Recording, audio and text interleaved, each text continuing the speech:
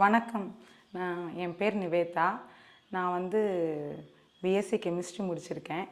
நான் 12த்து 12வது முடித்த ஆரம்பத்தில் தான் விஸ்வநாதன் ஐயாவை வந்து சந்தித்தேன். அப்போ வந்து நான் வந்து என்னோடய மதிப்பெண் கம்மி தான். என்ன எடுக்கிறது, என்ன படிக்கிறது, என்னோட சூழ்நிலை வந்து நான் வந்து யார்கிட்ட சொல்கிறது, என்ன பண்ணுறதுன்னு தெரியாத சூழ்நிலை வந்து நான் ஐயாவை சந்தித்தேன். அப்போ வந்து ஐயா இருந்துட்டு, இதெல்லாம் ஒரு பெரிய விஷயமா எடுத்துக்காமல், உனக்கு என்ன தோணுதோ, நீ எப்படி படிப்பியோ அந்த மாதிரி படிடா. உனக்கு வந்து எல்லா முயற்சிகளையும் எடுத்தீன்னா உன்னோட திறமையெல்லாம் வெளிக்காமிக்கலாங்கிற எனக்கு ஒரு உந்துகோலாக இருந்தது ஐயா தான். அதுக்கப்புறம் நான் கவர்மெண்ட் காலேஜ் போகணுன்னு ஒரு எண்ணம் தான். ஆனால் என்னோடய மதிப்பெண்ணுக்கு என்னால் கவர்மெண்ட் காலேஜ் போக முடியல. சரி, நம்ம தனியார் காலேஜ்லேயே படிக்கலாம். ஆனால் விஸ்வநாதன் ஐயாவுக்கு வந்து அதுக்கு ஒரு இதே கிடையாது, உடன்பாடே கிடையாது. இருந்தாலும் நம்ம மதிப்பெண்ணுக்கும் நம்மளோட இதுக்கும் திறமைக்கும் இதுதாங்கிற சூழ்நிலையில் நான் கல்லூரிக்கு போக ஆரம்பித்தேன். அப்புறம் ஐயா கூட இருந்த ஒரு கொஞ்சம் கனெக்டிங் கம்மியாச்சு. மறுபடியும் என்னோடய 2ஆம் ஆண்டு ஆரம்பத்தில் ஐயா வந்து நம்ம சும்மாவே இருக்கக்கூடாதுங்கிறதுக்காகவோ, இல்லை உனக்கு இந்த திறமை இருக்குங்கிறத வெளிப்படுத்துறதுக்காகவோ என்னை எப்படி கண்டுபிடிச்சாரு என்னங்கிறது எனக்கு தெரியப்படுத்த முடியல. ஆனால் என்னை ஒரு கேள்வி கேட்டார். உனக்கு இந்த ஊரில் என்ன நடக்குதுன்னு தெரியுமாமா அப்படின்னு ஒரே ஒரு கேள்வி தான் கேட்டார். தெரியலைங்கய்யா, என்ன நடக்குதுங்கிறது எனக்கு புரிஞ்சுக்க முடியுது, ஆனால் எப்படி சொல்கிறதுன்னு தெரியலைங்கய்யா அப்படின்னு. உன் கூட படித்தவங்களாம் யாருமான்னு கேட்டார். நான் 5வது வரைக்கும் கோயட் தாங்க ஐயா. அதுக்கப்புறம்தான் அரசு பள்ளி மகளிர் பள்ளியில் சேர்ந்தேன். கோயட்டில் யார் யாருமா அவன் கூட படித்தா, இந்த ஊருக்காரங்க அப்படிங்கும்போது, ஐயா இங்கே வந்து சமூகம் 2ஆக இருக்குது, ஆனால் நாங்கள் படித்தது ஒன்று தான் அப்படின்னு சொன்னேன். அப்போ வந்து ஐயா பரவாயில்ல, நீ இவ்வளோ ஆர்வமாக இருக்க, பரவாயில்ல சொல்லுமா அப்படிங்கும்போது தான், ஐயா எனக்கு தமிழ் மேலே ஆர்வம், அதை விட இங்கே ஜாதி வேற்றுமை அதிகமாக இருக்குது, அந்த ஆர்வம் அதை விட இருக்குங்க ஐயா அப்படிங்கிறத சொன்னேன். என்னம்மா பண்ணலான்னு கேட்டார். ஒன்றும் பண்ண வேணாங்க ஐயா, நீங்கள் என்ன பண்ணலான்னு எனக்கு சொல்லி கொடுங்கன்னு தான் கேட்டேன். நான் சொல்லலாம் தேவையில்லாமா, உனக்கே தெரியும்னு சொன்னார். சரிங்கய்யா, நான் என் கூட படித்தவங்கள ஒன்று சேர்க்குறேங்கிறதுக்காக சேர்த்தேன். பேர் இல்லாத ஒரு இயக்கமாக எங்கள் இயக்கம் தொடங்குச்சு. அதாவது ஜாதி வேற்றுமை அதிகம் இருக்கிற இந்த ஊருக்குள்ளார ஜாதி இல்லாத ஒரு பயணமாக எங்கள் பயணம் தொடங்குச்சு. எப்பயும் போல் நம்ம ஒரு பள்ளி பருவ மாணவர்களாகவே ஒன்றா கலந்து வெளியே போனோம். ஆனால் அப்பயும் நாங்கள் ஊருக்குள்ளார போகும்போது, இது என்ன வேலை இல்லாமல் இப்படி செஞ்சுக்கிறாங்க, வேலை இல்லை இதுங்களுக்கெல்லாம் வேலை இல்லைங்கிற பேச்சு, வீட்டுக்கு அடங்காமல் திரிகிறாங்கிற அடுத்த பேச்சு எல்லாத்தையும் நாங்கள் காதில் கேட்டுக்கிட்டும் இது பண்ணிக்கிட்டோம். பரவாயில்ல, இவங்க 1000 ஊர் சொல்லும், ஆனால் நம்ம முயற்சி நம்ம எடுத்து தான் ஆகணுங்கிறதுக்காக நானும் என்னோடய தோழர்களும் ஒன்றிணைஞ்சோம். பல போராட்டங்களுக்கு அப்புறம் ஒன்றிணைஞ்சோம். அதில் ஜாதிக்காகவே இருக்கிற ஒரு தோழன் வந்து சொன்னால் இந்த இயக்கத்தோட பேர் மாற்றத்தை நோக்கி மாணவர்கள் இயக்கம்னு. ஐயா வந்து ரொம்ப எங்களுக்கு உந்துகோலாக இருந்தார். நீங்கள் முயற்சி எடுங்கம்மா, அதுக்கப்புறம் நான் என்ன பண்ணுறேன், ஒவ்வொரு ஸ்டெப்பாக எங்களை மேலே ஏற்றுனது ஐயா தான். நான் வந்து எல்லாத்தையும் ஒன்று சேர்த்தன ஒழிஞ்சு எங்களை எப்படிலாம் வடிவமைக்கணுங்கிறத சொல்லி கொடுத்ததே ஐயா தான். ஆனால் அந்த இடத்துல வந்து ஐயா நம்மளை நல்லா புரிஞ்சு வச்சுருக்காரு, நம்மளோட எண்ணங்களை அவர் தெரிஞ்சுக்கிட்டாருங்கிறத நான் புரிஞ்சுக்கிட்டேன். அப்புறம் ஐயா நான் இப்படி எனக்கு தோணுது, நான் இதை செய்யலாமான்னு, உனக்கு என்ன தோணுதோ அதை செய்யுமா, நீ கரெக்டாக செய்யறேங்கிறத சொன்னார். அடுத்த கட்ட பணியே எங்களோட இயக்கத்தோட பணி என்னென்னா, டெங்கு நாங்கள் ஆரம்பித்த புதுசு வந்து டிசம்பர் ஆனனால டெங்குக்கு வந்து நாங்கள் சரி கஷாயம் கொடுக்கலாம், ஒரு இடத்துல காமனாக காய்ச்சி எல்லா பக்கமும் பரப்பலான்னு எல்லாருமே ஒற்றுமையாக தான் குடித்தோம். அன்னைக்கு சூழ்நிலையில் வந்து எல்லோரும் ஒற்றுமையாக எல்லா பக்கமும் கொடுத்தோம். அன்றைக்கி சூழ்நிலையில் எல்லாருமே வாங்கி குடித்தாங்க. ஏன்னா அதோட தீவிரம் அதிகமாக இருந்தது, எல்லோரும் வாங்கி குடித்தாங்க. அது வந்து எங்களுக்கு சந்தோஷமாக இருந்தது. பரவாயில்ல, ஜாதி வேற்றுமை பார்க்காம இதனால் குடிக்கிறாங்களே அப்படிங்கிற ஒரு எண்ணம் இருந்தது. அதுக்கப்புறம் வந்து நாங்கள் சரி இதை இப்படியே விடக்கூடாது, நம்ம பெருசாக ஏதாச்சும் பண்ணணுங்கிறதுக்காக அடுத்தடுத்த சூழ்நிலை ஸ்டெப் எடுக்க ஆரம்பித்தோம். அடுத்த ஸ்டெப் என்ன எடுத்தோன்னா, அரசு பள்ளிகளும் தனியார் பள்ளிகளும் அதிகப்படியான பள்ளி வாகனங்கள் ஊருக்குள்ளார தனியார் பள்ளி வாகனங்கள் வந்தோடனே, இது நம்ம ஸ்கூல் நம்ம படித்த ஸ்கூலில் வந்து அட்மிஷன் கம்மியாக இருக்கே, நம்ம ஒரு அரசாங்க பள்ளியில் படித்தோம், நம்ம நல்லா தானே இருக்கோம் அப்படிங்கிற ஒரு எண்ணம் வந்தது. நம்மளுக்கு இவ்வளோ தோணும் போது ஏன் தனியார் பள்ளியில் காசு கட்டி படிக்கிறவங்களுக்கு தோணாதா அப்படிங்கிற ஒரு எண்ணம். சரின்னு கம்பத்துலேருந்து எங்களுக்கு பயிற்சி கொடுக்க ஆளுங்க வந்தாங்க. 2 பேர் ஒரே நாள். எங்களுக்கு அதுவும் அதிகம் ரொம்ப வயசானவங்களெல்லாம் வச்சு எந்த இதுவுமே பண்ணலை. குட்டி குட்டி பொண்ணுங்க ஒரு 6 வயசு 7 வயசு குழந்தைங்கள வச்சு நம்மளுக்குள்ளார இருக்கிற உடைமைகளை வச்சே பொருளாக மாற்றி நடித்தோம். அது வந்து எல்லா பக்கமுமே பெரிய வைரலான மாதிரி எல்லாருமே எங்களை புகழ்ந்தாங்க. அது வந்து எங்கெங்கேயோ இருந்து வந்து எங்களை அமெரிக்காவில் இருந்தெல்லாம் கூட எங்களை பாராட்டு நல்ல ஒரு எங்களை இன்னும் உற்சாகப்படுத்துச்சு. சரி இன்னும் விடக்கூடாதுன்னு அடுத்த எங்களுக்கு பெரிய ஒரு எங்களை இன்னும் மேலே கொண்டு போகிற இடமா வந்தது புயல். நாங்கள் வந்து இந்த தனியார் பள்ளிக்கும் அரசு பள்ளிக்கும் உள்ள வித்தியாசத்தை காமிக்கணும், அரசு பள்ளியில் என்ன நடக்குது தனியார் பள்ளியில் என்ன நடக்குதுங்கிறத காமிக்கணுங்கிறதுக்காக நாங்கள் இன்னொரு பிளான் போட்டோம். அதாவது இந்த படங்கள்ல இருந்து சிறிய சிறிய குறும்படமாட்ட கட் பண்ணி எடுத்து அதை விஷுவல் பண்ணலான்னா அதுக்கான எங்ககிட்ட தேவைப்படுற பொருளை இல்லை. அதனால சரி நம்ம இப்படிலாம் சொன்னால் அவங்களுக்கு புரியாது. இன்னொரு இது என்னன்னா, இந்த ஊரை பொறுத்தளவுக்கு தனியார் பள்ளிகளில் வேறு ஜாதி பசங்க வந்து படிக்கிறது வந்து அவங்களுக்கு பெருசாக தெரியல. நம்ம ஊர் பசங்களில் வந்து இங்கே வேறு ஜாதி பசங்க படிக்கிறாங்க நம்ம ஊருக்குள்ளார. ஏன்னா நம்மளுக்கு தெரியும் நம்ம ஜாதி என்ன அவங்க ஜாதி என்னங்கிறது தெரிஞ்சும் நம்ம ஊருக்குள்ளார விடலாமாங்கிற எண்ணம் நிறைய பேர்த்துக்கு இருக்குங்க. அவங்களுக்கு நம்ம தாழ்ந்து போகணுமாங்கிற எண்ணமும் இருக்குது. அதையும் மாற்றணும், நம்ம அரசு பள்ளிங்கிறது காமனானதுங்கிறத கற்றுக் கொடுக்கணுங்கிறதுக்காக தான் நாங்கள் இதை ஆரம்பித்தோம். அதனால அதே எந்த ஆளுங்களை தாழ்ந்தவங்க யாரு கூட படிக்கக்கூடாதுன்னு சொன்னாங்களோ அவங்கள வச்சே அதுக்கான ப்ராசஸ் ஆரம்பித்தோம். அவங்களையே நடிக்க வச்சோம். தனியார் பள்ளிகளுக்கு என்ன பண்ணணும், என்ன பண்ணுறாங்க தனியார் பள்ளி நடத்துகிறவங்க, அரசு பள்ளியில் எப்படி இருக்கும் அப்படிங்கிறது விலாவரியாக பசங்க அருமையாகவும் சூப்பராகவும் ஊராக எந்த ஊர்லேயும் இல்லாததை பண்ணணுன்னு எல்லாரும் சொல்கிற அளவுக்கு அந்த பிள்ளைங்களும் நடித்தாங்க, புரிஞ்சுக்கிட்டாங்க.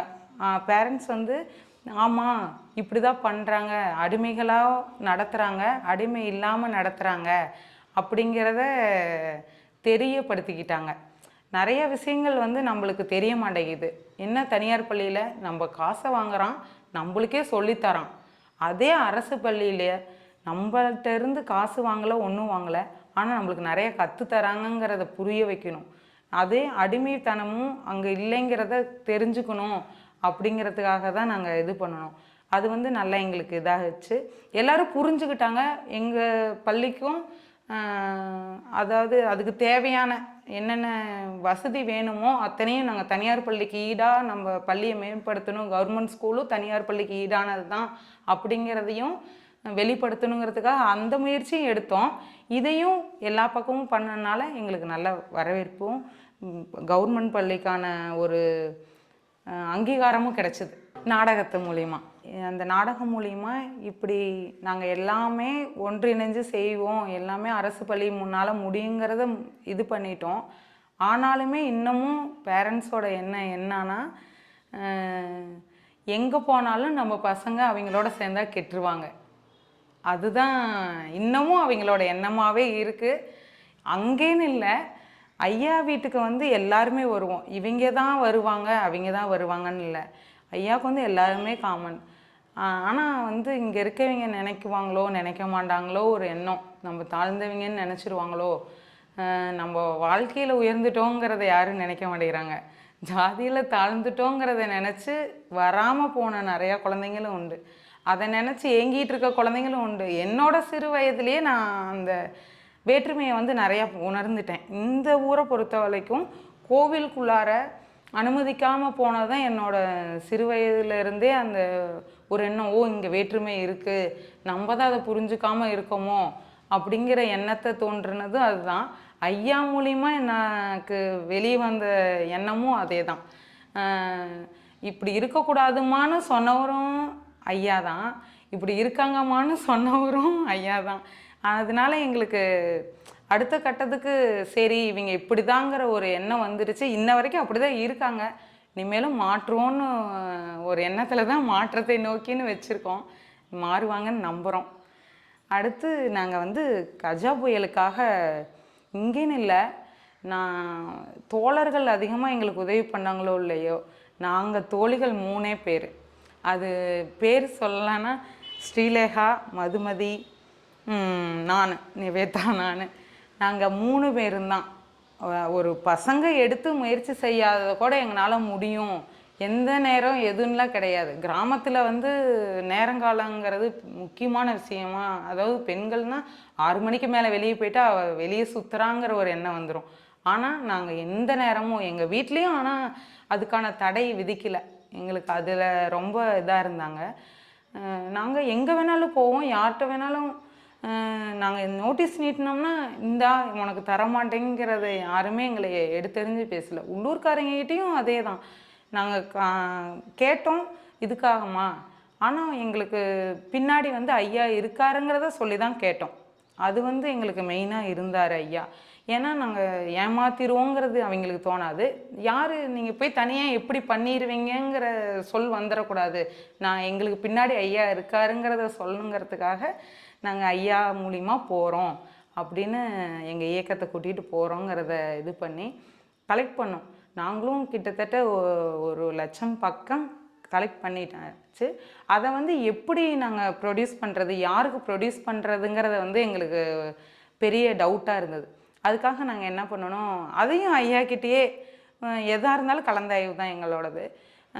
ஏன்னா நாங்கள் எங்களுக்கு யோசிக்கிற அளவுக்கு திறன் இருந்தாலும் அதை என்ன ஒரு பணத்தை நாங்கள் என்ன பண்ணுறதுங்கிறத ஒரு பெரியவங்க சொன்னால் அது எங்களுக்கு ஒரு இது. ஏன்னா அவங்க அனுபவம் வாய்ந்தவங்க. அதனால நம்ம சரி அதனால் இது பண்ணிக்கலாம் அது பண்ணிக்கலாம்னு ஐயா சொல்லும் போது ஓகேங்க ஐயா, கடைசியாக தாய் தமிழ் பள்ளின்னு இருக்குது, அங்கே போய் இது பண்ணலாம். ஒரே ஒரு ஆசிரியர் ரிட்டையரான அவர் பேங்க்கில் வேலை செஞ்சு ரிட்டையர் ஆனவர், அவரோட பென்ஷனும் அதில் போட்டு அவர் முயற்சி எடுத்து இந்த பள்ளியை நடத்தி வராரு அப்படின்னு சொன்னார். அந்த இடத்துல ரொம்ப சரி நம்ம போய் உதவி பண்ணுவோன்னு போய் பார்க்கும் போது தான் தெரியுது அது ரொம்ப சேதமடைஞ்ச பள்ளி. அந்த காற்றுல அங்கேருந்து ஸ்டீல் கம்பி கூட முறுக்கி இருந்தது. சரி அப்படின்ட்டு அமௌண்ட்டை வந்து 2ஆக பிரிச்சிட்டோம். ஆனால் ஒரு பள்ளிக்கு அதிகமான அடி வாங்கின பள்ளிக்கு மட்டும் அதிக பணமும், ஓரளவுக்கு அடி வாங்கின பள்ளிக்கு கம்மியான பணமும் தான் கொடுத்தோம். அங்கே போனோன்னே இன்னும் குழந்தைங்களோட சேர சேர எங்களோட ஆர்வம் அதிகமாச்சு. அங்கே இருக்க குழந்தைங்க கற்றுக்கிட்டதை பார்த்தா நம்ம சும்மா இருக்கோமோ அப்படின்னு இன்னமும் தோணுச்சு. அங்கே இருக்க குழந்தைகள் சின்ன குழந்தை, நம்ம சொல்லுவோம் பால்வாடி தான் போகிறான்னு, அங்கே இருக்க பால்வாடி குழந்தை திருக்குறள் சொல்லுச்சு. அங்கே போர்டில் என்ன எழுதி போட்டிருக்காங்கன்னா குரூப் 4 தேர்வுக்கான வினா எழுதி போட்டிருந்தாங்க. அதே மாதிரி கை கட்டுனா அடிமைத்தனங்கிறத வந்து அந்த குழந்தைங்க உணர்த்துனாங்க. அதே அங்கே இருக்கிற ஆசிரியர்களோட தமிழ் பற்றும் அந்த குழந்தைங்களுக்கு உண்டான தமிழ் பற்றும் எங்களை ரொம்ப இது பண்ணுச்சு. நானும் தமிழ் ஆர்வம் தான். நான் வந்து பிஎஸ்சி கெமிஸ்ட்ரி தான் முடித்தேன். ஆனால் எனக்கு தமிழ் படிக்கணுங்கிற ஒரு ஆர்வம். ஐயா கிட்ட கூட சொன்னேன், ஐயா எனக்கு இவ்வளோ ஆர்வம் இருக்குது, தமிழ் நான் எழுதுவேன் நல்லா, எனக்கு தமிழ் நல்லா பேசணும், நிறைய கற்றுக்கணும் தமிழில், தமிழோட இது ஆழம் அதிகங்க ஐயா அப்படின்னு சொல்லும்போது, இவ்வளோ அருமையாக நீ இது பண்ணுற, உன்னால் முடியும் செய்யின்னு சொன்னார். நானும் எம்ஏக்கு போடலாம் அப்படின்னா கிராஸ் மேஜரு, உங்களால் முடியுமான்னு கேள்வி வந்தது. அடுத்து வீட்டோட சூழ்நிலையிலையும் நான் டவுன் ஆகிட்டேன். ஆனால் என்னோடய முயற்சிகள் உள்ளே ஓடிக்கிட்டே தான் இருக்குது, அதையும் செய்வோம். ஆனால் புயல் இதில் போனப்போ என்னோடய ஆர்வம் இன்னும் அதிகமாச்சு. ஆனால் நம்ம தமிழ் வந்து இவ்வளோ தூரம் குழந்தைங்க சின்ன குழந்தையிலேருந்து ஆர்வம் அதிகமாகுதுங்கிற ஒரு எண்ணம். அதனால் அதையும் முயற்சி பண்ணி அந்த குழந்தைங்களையும் பார்த்துட்டு அவங்களுக்கு தேவையானதையும் கொடுத்துட்டு வந்தோம். அதில் ஒரு மகிழ்ச்சி. நாங்கள் ஒரு 10 பேர் போனோம் காரில், அந்த குழு போய் எங்களால் முடிஞ்சது செஞ்சோம். அடுத்து எங்களோட பயணம் வந்து கீழடி நோக்கி போச்சு. அந்த கீழடி பயணத்துக்கு வந்து நாங்கன்னு இல்லை, நாங்கள் ஒரு 10 பேர் தான். ஆனால் சரி நம்ம ஊர் பிள்ளைங்க படிக்கிற பிள்ளைங்களுக்கெல்லாம் ஃப்ரீ டிக்கெட்டு. ஆனால் வெளி ஆளுங்களும் வரலாம். ஆனால் அவங்களுக்கு வந்து ஒரு அமௌண்ட்டுன்னு போட்டு ஏன்னா எங்கனாலேயும் பஸ் ஃபேர் எல்லாம் கலெக்ட் பண்ண முடியாது. நாங்களும் 2 பஸ்ஸு சாப்பாடு அவங்களுக்கு தேவையான காலை உணவு, மதிய உணவு எல்லாம் எடுத்துக்கிட்டு கூட்டிகிட்டு போகிறோன்னு இன்ஃபார்ம் பண்ணிட்டோம். அப்போ ஒரு கட்டத்தில் எங்களுக்கு தொலைபேசியும் ரொம்ப உதவியாக இருந்தது. எல்லாத்துக்கும் மெசேஜ் அனுப்பிச்சிட்டோம். இந்த நேரம் இந்த டைமு இங்கே எல்லோரும் வந்துருங்கன்னு. எல்லோரும் வந்துட்டாங்க. எங்கள் கல்லூரி மாணவர்களும் பள்ளி குழந்தைங்களையும் கூட்டிகிட்டு போன டீம்னா எங்கள் டீம் தான். 2 பஸ்ஸு ஃபுல்லாக எல்லாருமே. அதில் அரசு பணி வேலை செய்கிறவங்களும் அவங்க குழந்தைங்களோட ஃபேமிலியோடு வந்திருந்தாங்க. எல்லாத்தையும் கூட்டிக்கிட்டு கீழடி ஃபுல்லாக சுற்றிட்டு காலையில் அவங்களுக்கு காலை உணவுலேருந்து மதிய உணவு அவங்கள வீட்டுக்கு கொண்டு வந்து விடுற வரைக்கும் எங்கள் இயக்க மாணவர்கள் தான். மதுரையும் சுற்றி காமிச்சோம். அதாவது இவ்வளோ தூரம் கூட்டிகிட்டு வந்துட்டு குழந்தைங்கள வந்து ஒரே நம்ம நோக்கத்தில் மட்டும் அவங்கள இது பண்ணக்கூடாது, அவங்களுக்கும் வேறு ஒரு ஆர்வம் இருக்கும். இவ்வளோ தூரம் வந்துட்டோம் சுற்றுறோம் அப்படிங்கிறது இருக்கக்கூடாதுன்னு அந்த குழந்தைங்களுக்கு காட்டுறதையும் காமிச்சு வெளி உலகத்தையும் காமிச்சு கூட்டிகிட்டு வந்தோம். அங்கே போய் குழந்தைங்கள் வந்து நம்ம ஊருக்கு தான் வந்திருக்கோம், நம்ம வேறு ஊருக்கு வந்திருக்கோங்கிற எண்ணம் இல்லை அவங்களுக்கு. நம்ம ஊருக்கு தான் வந்திருக்கோம், நம்ம பாட்டுக்கு போகலாம். அவனுங்களோட ஆர்வம் அதிகமாக இருந்தது.